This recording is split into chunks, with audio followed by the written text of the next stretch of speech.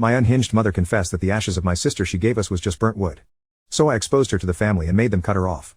Plus all updates. My mother and father divorced when I was young. They had an oops baby together after my mom remarried, which rocked that marriage apart. That baby was my little sister. She died abruptly in an accident 4 years ago at only 14. Do you know how people say the firsts after death are the hardest? They don't account for when there's no first to be had. When they should have been getting ready for prom but never will. It's a completely different pain. My mom and I were talking about it. We were both drinking, and she slipped that the bit of ashes I carry that I thought were my sister's were just regular ashes. Burnt wood. She already poured out my sister's ashes without me or my brother in the plot she bought with my stepdad. She couldn't fathom my rage because to her, the sentiment and emotions are the important aspects, not that it's physically my sister. My anger is prompted by the lies and the fact those sentiments and emotions are attached to something not my little sister, and I had no idea she cast her ashes on a plot she wouldn't have cared about. I screamed at her to get out of my house, locking the door behind her and calling up my stepdad to pick her up. I threw the necklace out the window to the front lawn, then regretted it and tore it out of her hands when she picked it up. As she would say it, I made a scene and embarrassed her. I kept screaming and calling her a liar whenever she tried to explain herself or get back inside. I was threatening to call the cops on her when my stepdad finally showed up and took her away. He called me the next day and left a message saying that he wanted to talk about what happened and how he understands why I'm angry and hurt. He just wants to talk. But I need to talk to my mother too about this because she's a grieving mother and my sister's death was a huge blow to the entire family and everyone is trying to regain our bearings still, so some kindness is needed. All I can think of right now is my mom's heartbroken face as I ripped my necklace with my sister's ashes out of her hands, or the way she turned away from me crying as my stepdad ushered her into the car. I called her names.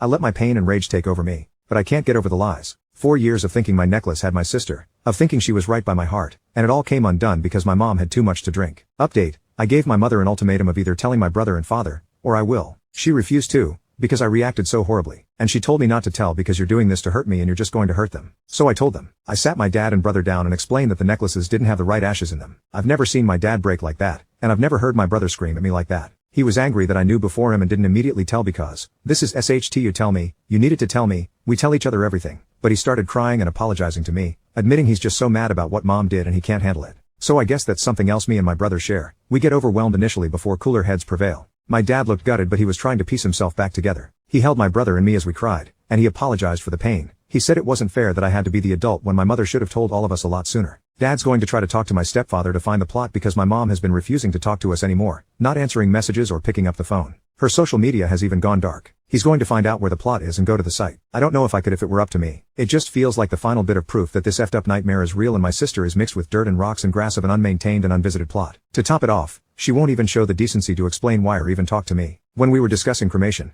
it was agreed we would all get a necklace with the ashes. My mind keeps going over things that just didn't add up fully, times she almost slipped or things that make complete sense now. She almost left behind her necklace on a trip and didn't freak out like I would have, because she knew where my sister was the whole time. She volunteered to be the one to separate the ashes and gave Dad the rest. I assume those ashes are the same as ours. Fake. God, this whole thing just makes me want to curl up in a hole and never see the light of day again. I've been on and off crying all week without being able to stop, or just so angry I could scream. In the middle of my damn work day and suddenly I'm rushing to the bathroom to hide the fact I'm breaking all over again because I can't stop my thoughts. I quit smoking after my sister died but I picked it right back up again. My dad has been calling me every day to check in on me and remind me of how much he loves me and how much my brother loves me. I think he's afraid. My brother has come over each day since the talk with his girlfriend to make sure I eat something. I don't know how to end this post. I feel lost and like I don't know anything anymore. I feel like a burden because my dad and brother are both dealing with a revelation too, but they're clearly thinking of me and checking in on me. I'm going to look into grief counseling, but the therapist I saw after my sister died isn't practicing anymore and my insurance isn't accepted by a lot of therapists. I try to remind myself that my little sister wouldn't have minded so much becoming woven into a tapestry of grass and flowers and that I can visit her once we know where she was cast and make sure her site is always beautiful.